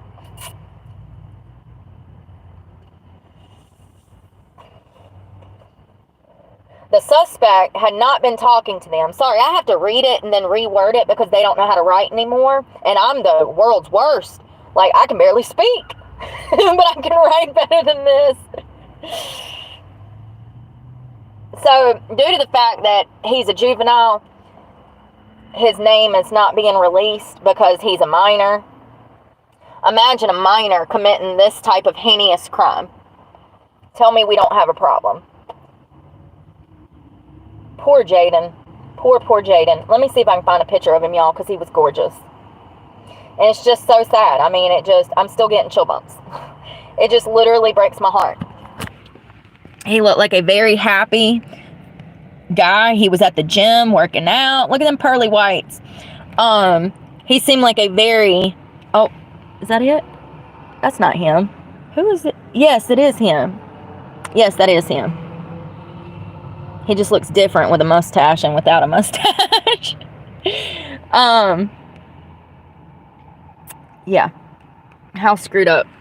And the manner as to which he was shot, it's almost like somebody said, open up your mouth, and then somebody put a gun in his mouth. They found his teeth laying next to him.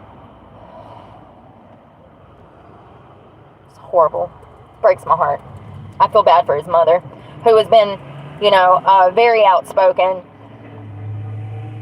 and wanted to find the guy that done this to her son. His whole family went to bat for him all over social media. Every single platform you can imagine. They opened up Facebooks in support of him, trying to find out evidence. They were out in the streets trying to collect their own damn evidence to figure out, talking to people that they didn't even know, trying to figure out who could have done this.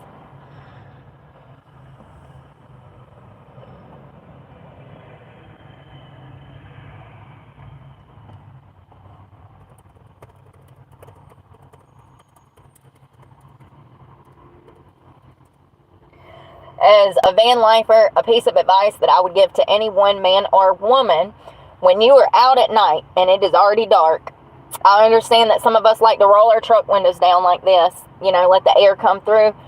Word of advice, don't roll them windows down till you leave that parking lot, because you don't know what could happen. Now, I'm in a safe area. I know everybody around here, so I don't have to worry about stuff like that, but a word of advice, lock your doors immediately when you get in. And if you plan to roll your windows down to catch some air, wait till you leave the parking lot of wherever you're at. Because it sounds like this was a chance encounter. He had just come out of the gym. He got in his car, and then this teenager ran up and probably was trying to rob him. I don't know. But what motive would this kid have? And he had already committed a long string of crimes prior. That's how they obtained his DNA. And another one was it was attempted murder. So just be careful at night, because shit's gotten crazier. Shit's getting crazier. Sorry, coffee. What gym was that? Oh no, not another death in another Planet Fitness. Man found dead in the South Indianapolis gym tanning bed. I wonder how long he was dead in there before they freaking come and got him out. Police are conducting a death investigation at a South Indianapolis gym after a man was found dead in a tanning bed Monday morning. I hope all these deaths makes their stock plummet. Plummeteth. Planet Fitness had a sign on the door Monday that said tanning is currently unavailable.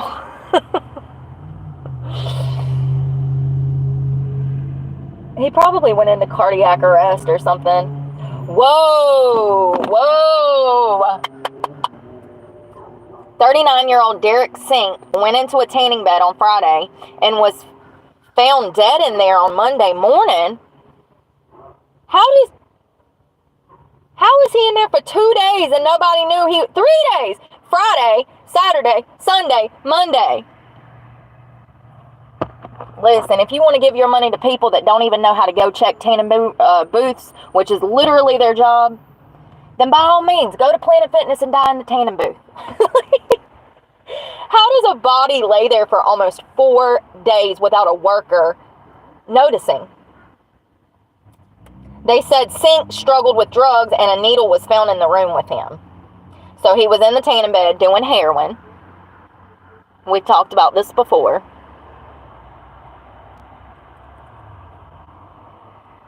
The cause of his death, though, has not been determined. His aunt reported him missing on Friday. She said he was wearing an ankle monitor that helped investigators determine he never left the gym. So he probably OD'd and died. That's what happens when you fool with drugs, honey. I mean, it's sad, but as an ex-user, I knew what I was doing. I knew that I could die. I think I wanted to. But, you know, Planet Fitness is not the place to be shooting heroin, honey. I get it. I told you guys that back in the day when I was on drugs.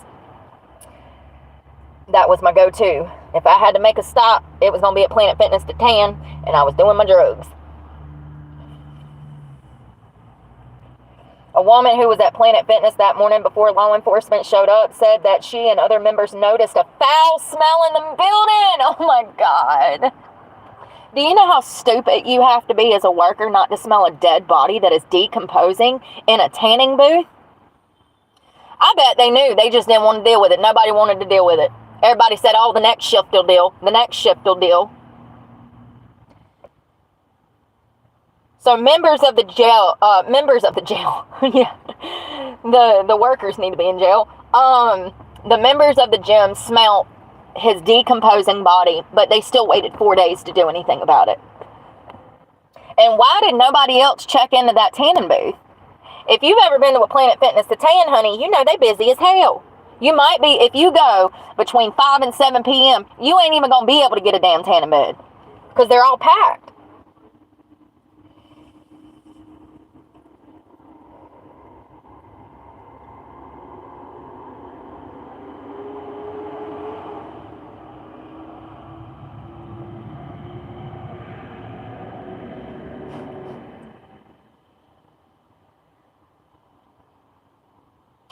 So I want to say that these Planet Fitnesses are locally owned.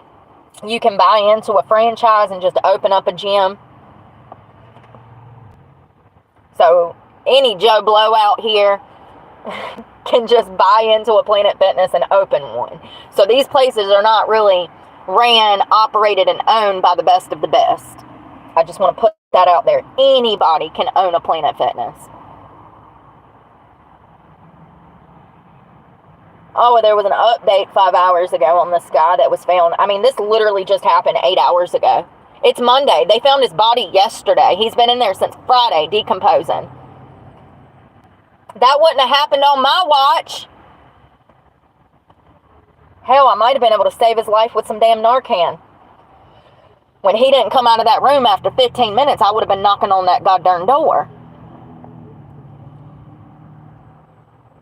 But, you know, not everybody has the attention span I do, so level of awareness.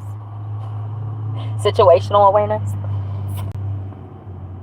God, this wasn't even on here when I went to bed last night. It literally just dropped 8 hours ago, which is horrific to think that happened this weekend, but that's what happens when you mess with drugs. When you're messing with illegal substances, just know that every time you are messing with that drug, it could ultimately be the end of you. You know, a lot of people that are doing this on a daily basis and they're wrapped up in the criminal drug realm, they're not thinking about their actions because they're heavily addicted to drugs, and it's really sad. But the possibilities of death, the possibility of death from these types of drugs, it's inevitable. It's just a matter of when. It's not if, it's when. When am I going to die from this? You're talking to somebody who's died half a dozen times, so it's just when. And this was at the Hardigan location, Hardigan Street, Indianapolis, Planet Fitness, that they found his dead body.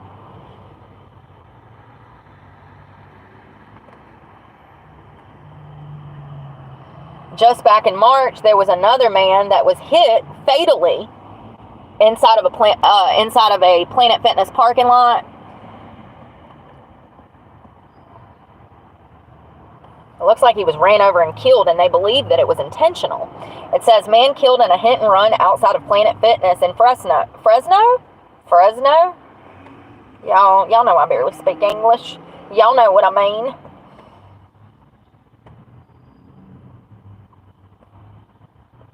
And they're saying that it's probably a homicide. God, this happened in May of this year. Fresno police detectives on Friday investigated a fatal hit and run that happened in a parking lot outside of a Planet Fitness. Was everybody tested for roids? Police received several 911 calls just before 10:30 a.m. about the collision at the north end of Manchester Mall and Blackstone at Dakota Avenues. Officers arrived and found a man in his 50s laying in the parking lot. I'm laughing because it's sad. I'm sorry. Poor Grandpa. Seriously, poor Grandpa. Like, he was allegedly ran over by a woman driving a red vehicle. Was he married? Did he have an affair? What woman he done pissed off? The man was taken to the local hospital where he died. God rest his soul. The woman fled the scene. Oh, wow. The department's collision reconstruction unit was investigating the collision along with homicide detectives. Officers interviewed multiple witnesses and talked to several businesses for surveillance footage. Ooh. So, there seemed to be an argument between the victim that was hit, the 50-year-old man that died, and the suspect of the red car. The officer said he does not know if it's domestic or if it's going to be as to what the relationship is.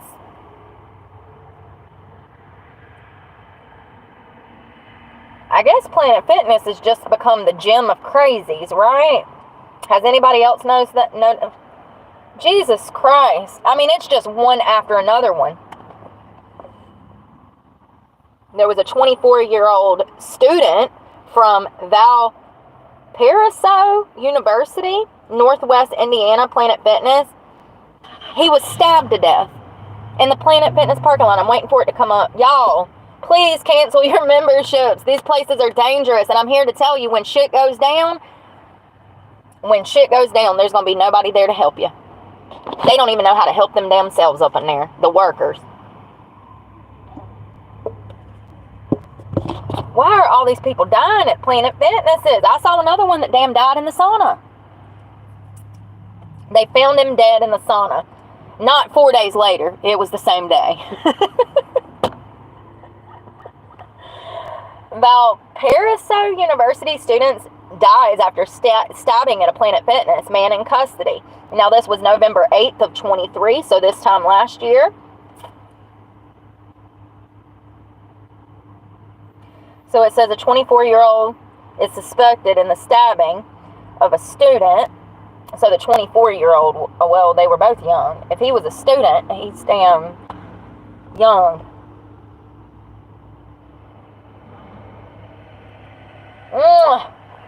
Wow. Pachu, P-U-C-8, Pacha, who died Tuesday, November 7th, was set to graduate in December with a master's degree in computer science. Oh my God, you poor guy, I'm gonna cry. So sad, he's so handsome. Why are all these young people dying, y'all?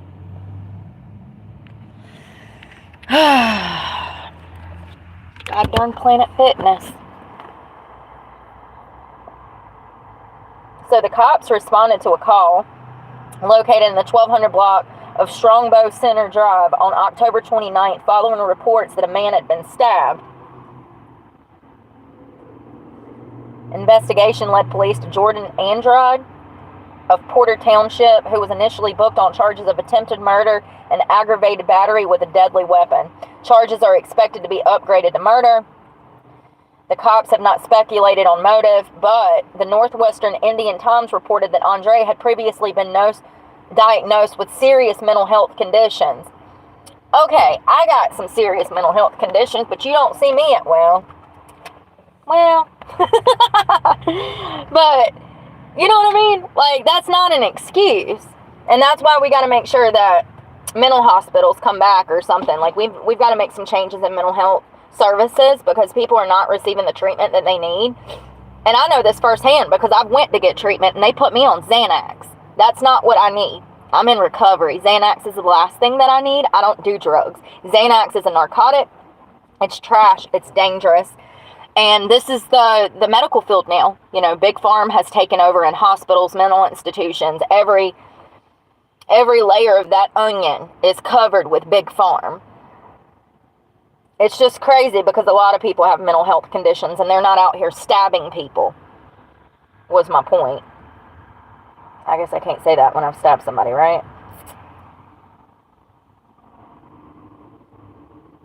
This is the guy, and he's handsome too. Ain't that sad? Both of them could have been married with beautiful children and a lifelong career, and that's the guy that committed the stabbing that they're claiming has all of these mental health conditions. He looked like he just got a fresh cut.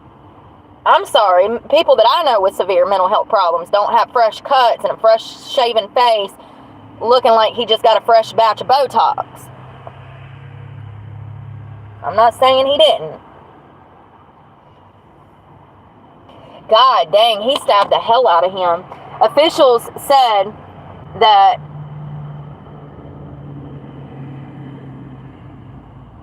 Pachu was stabbed in his right temple, and the knife actually reached his brainstem. Isn't your brainstem back here? How the hell? What kind of knife was that? Where's your brainstem? Right temple. The base of your brain just above the spine. Yeah, it's right here. That's where I thought it was. So he went through his right temple and it actually connected with his brainstem back here. Oh, sorry. So he went through his right temple and it hit his brainstem all the way back here.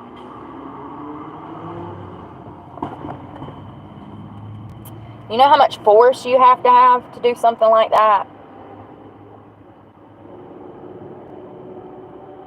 Horrible.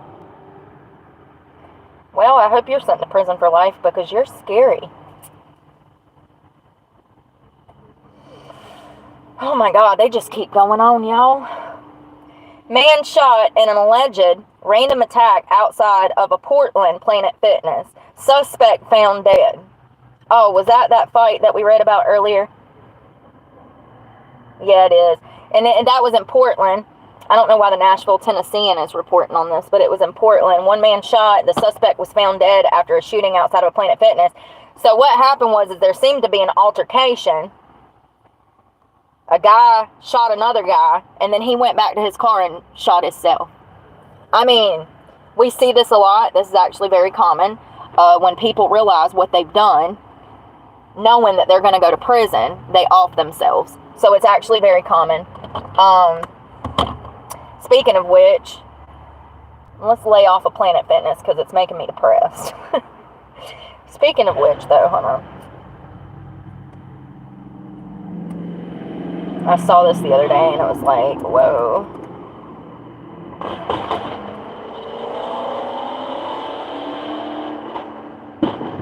Jesus Christ, them freaking cars scare the hell out of me. Look at the birds, you guys. The birds. Y'all see them birds over there? It's like that scary ass movie. Crows. Y'all remember that? Every time I see all them birds, I'm like, God, it's like the movie.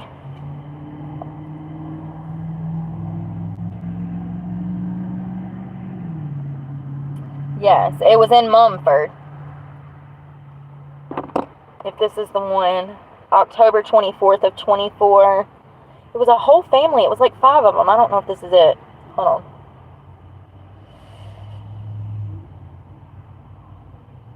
This one ain't it, but I still really didn't read it anyways. It says, sorry, Mumford, Tennessee. The cops were investigating a domestic disturbance that tragically ended with a murder. What is wrong with me?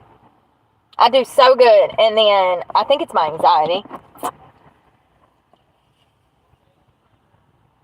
So it was a murder-suicide. Before 3 a.m., they received a distress call, and when they got there, they found 2 people dead inside the residence located on Littleton Way. Munford police officers arrived at the scene following a distress call, which was made shortly before the early morning hour.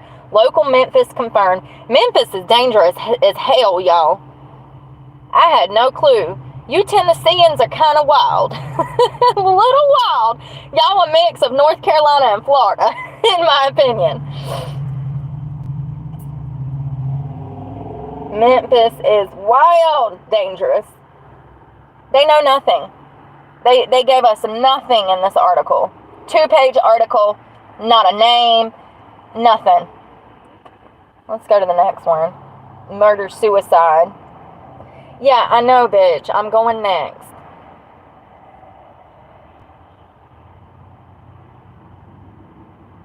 There was a whole family that I was looking for.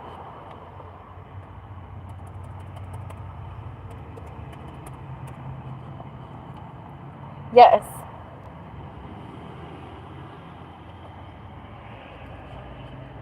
God, there's multiple of these. I didn't realize that many people. Oh, that's the Jesse McFadden case. Y'all remember that, right? The guy that was a pervert that married the girl to get close to her kids, and then he killed everybody and raped all the kids. Jesse McFadden, 39, is believed have gunned down 5 teenagers and his wife during a sleepover at his family's house. This is crazy. This happened last year, and I remember when this dropped. It was so shocking to me that this woman married this man, given the fact that he was already a registered sex offender and he was a convicted rapist on trial for child pornography charges. And this woman with 2 or 3 daughters married him knowing that he was a known rapist, that he had pending charges for child porn. I've always wondered if he was on meth when this happened. He's giving me meth vibes. Listen, let's just read it. He gave me meth vibes. I don't know why. So it says, Jesse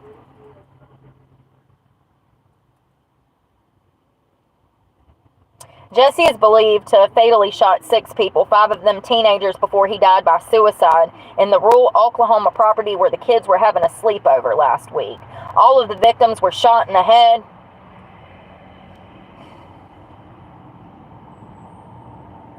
He also died of a gunshot wound to the head because he's a bitch.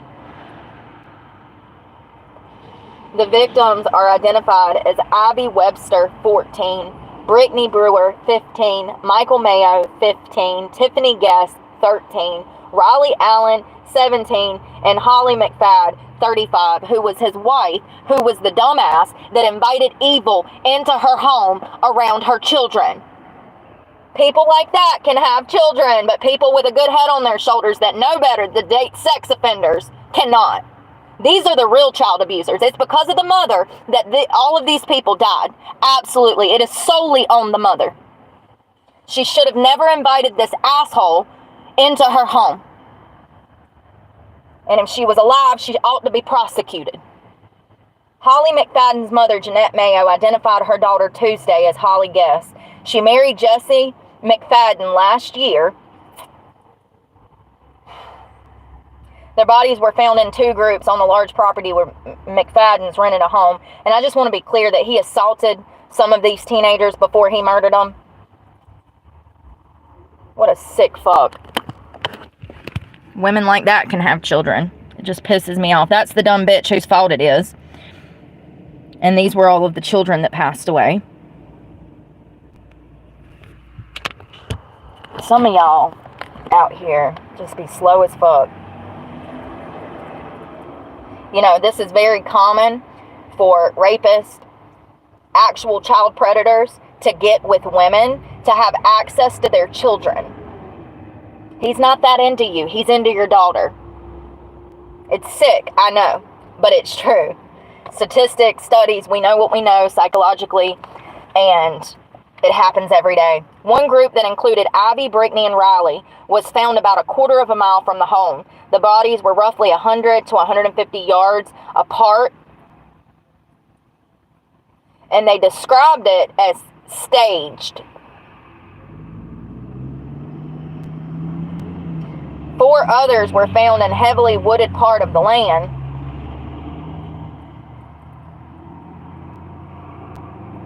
Jesse McFadden served nearly 17 years in prison for first-degree rape. In 2017, while behind bars, he was accused of sending sexually explicit photos to a 16-year-old girl and acting in a manner that prosecutors described in court documents as manipulative and controlling of the victim. Once again, you're talking about a 16-year-old, and at that time, he would have been like 33. There's an imbalance of power. That girl cannot consent. Jesse McFadden was charged with child pornography and soliciting sexual conduct, communication with a minor. Oh, so you had court coming up. You was going back to jail, Mr. Jesse. A jury trial had been scheduled for Monday, the day the bodies were found. After the parents of Ivy and Brittany can you imagine sending your child to a sleepover only to find out that some sex offender has killed them? This is why I tell y'all, it's always going to be somebody that you know. It's going to be a family friend. It's going to be a coach. It's going to be someone that is in your child's immediate circle. A parent of a friend.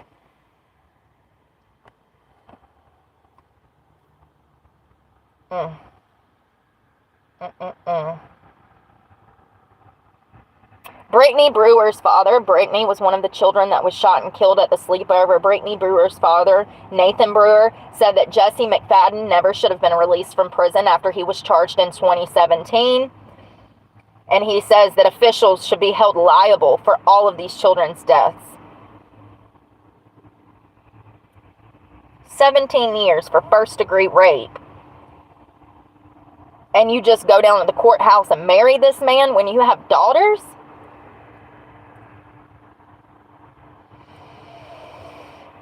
It reminds me of Jennifer Soto. Yeah, reminds me of Jennifer Soto. Registered sex offenders are allowed to live with children as long as they don't commit crimes against them. Whoa, wait a minute. Hold up. Back up. Reel it on in. No, absolutely not. Why are we allowing that? Why are we allowing that? Whoa, DHHS don't think that that's a problem? Having registered sex offenders around children. Registered sex offenders are allowed to live with children. as long as they don't commit crimes against them. Well, here's the fun fact. Even if they do, only 21% of those victims will even come forward. So you'll never damn know. Y'all, our system is crazy. I thought that if you were a registered sex offender, you couldn't be around no children. Guess not. You're allowed to live with them as long as you don't commit more crimes. Tell me our justice system is backwards without telling me our justice system is backwards. And the reason that I'm saying this is due to the fact that we know scientifically that these type of perpetrators do not change their behavior. They actually get worse with age. There is no reform for sexual predators. No reform. They cannot be reformed. Which means that if they're living with children, they can't help themselves but to offend. They can't help themselves but to touch, but to molest, but to rape. They cannot help it. They can't help it. They're wired different. We know this through science. This is so sad. I forgot about that. Let's see. I want to see what they found out after.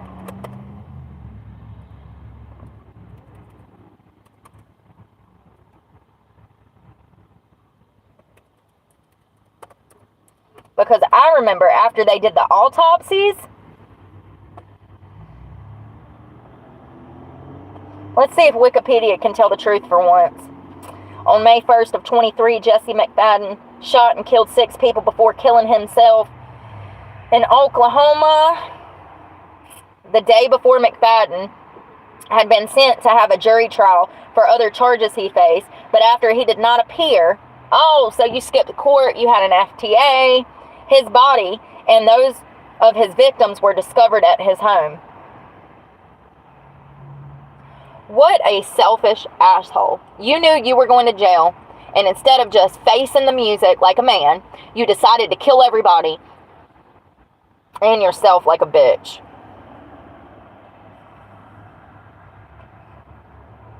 So they think that he killed his wife, Holly McFadden, first. The dumb bitch that got these children into this hot mess express. Then, Holly's 3 children, so she had 3 children. She had a boy and 2 girls. Tiffany, 13, Michael, 15, and Riley, 17, as well as Tiffany's friend, Ivy, who was 14, and Brittany Brewer, who was 15. He sexually assaulted Webster and Brewer, according to the autopsy reports. Then he killed himself. So that's what he was waiting for. That was the plan all along. He didn't want you, Holly. He wanted your children. What a sick bitch and man. You know, and here's the thing about these type of perpetrators, and I know because I've been around them my whole life. They stare at little kids. They're obsessed. They get really close. They want to touch you. They want to hold you. They want you to sit on their lap. There is no way in the world that mother did not know that he was a perpetrator. No way. You would have to be dumb as a box of rocks not to know. I have no doubt that he was watching these girls, that he was very close to them and tried to get very close to them, just like Stephon Stevens did in the Jennifer Soto case and Maddie Soto case. He killed them all with a 9mm handgun that Holly purchased in January of 22. And let me tell you, you know why Holly purchased that gun? It was probably for him because he's a felon. He can't get a gun. But she never had a gun prior to meeting him. And that gun ultimately would be used to kill her and her children. She's the one that purchased the gun. Purchased by Holly in January of 22.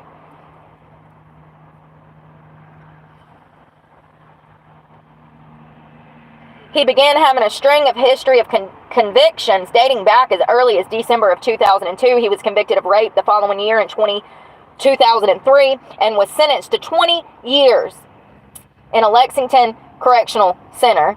He served 17 years before being released in 2020. In 2017, while serving his sentence, he was accused of sexting an underage girl. You're in jail for rape, sexting children. And y'all let him go. It was 2020, Brooke. That was the year that they'd let you off probation when you were in violation. So they just didn't have room for people. I need a drink. I need some water. Will you hand me a water? Will you get out and hand me one? There's one on the back of the truck bed if you'll just... Oh, I'm so sore.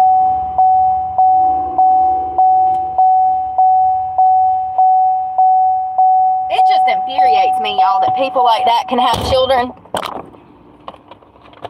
That's the real damn child abusers. Holly and Jesse. I just don't know how you couldn't see through this guy's bullshit. You have to be so desperate off your ass for human connection and just to say you got a boyfriend or a husband to allow this type of evil to just walk through the front door. She knew that he had spent 17 years in prison for rape. She knew that he had pending charges for messing with children. And she allowed this man around her children. And now they're all dead. Sad. I'm getting depressed. Oh, and he looks like a weirdo too. I don't know. I mean, I just look at him and I see creep. Not sorry. Not sorry at all. It's called intuition.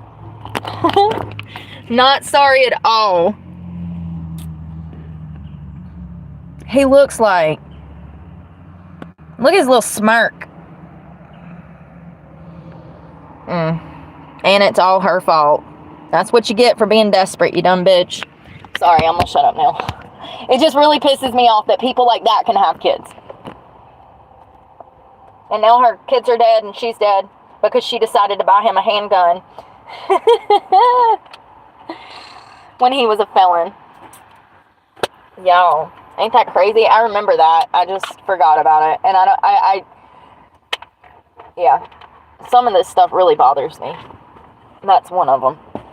Thinking about what those poor children were doing in their last moments, running down the fucking street as he's killing their mother, and like, I can just see the scene. I can feel the scene. It's horrific. And they did say that they found a lot of their bodies in 2 different locations. I wonder if they were actually running for their lives. The cops said that it looked staged, but who's to say that he didn't kill Holly first? And then, oh, damn it. I'm trying to get this in. Who's to say he didn't kill Holly first? And then the other kids heard the gunshots and saw what he was doing and take off running down the road. It says that their bodies were found 100 to 150 yards away. Where in the hell? I'm trying to get this.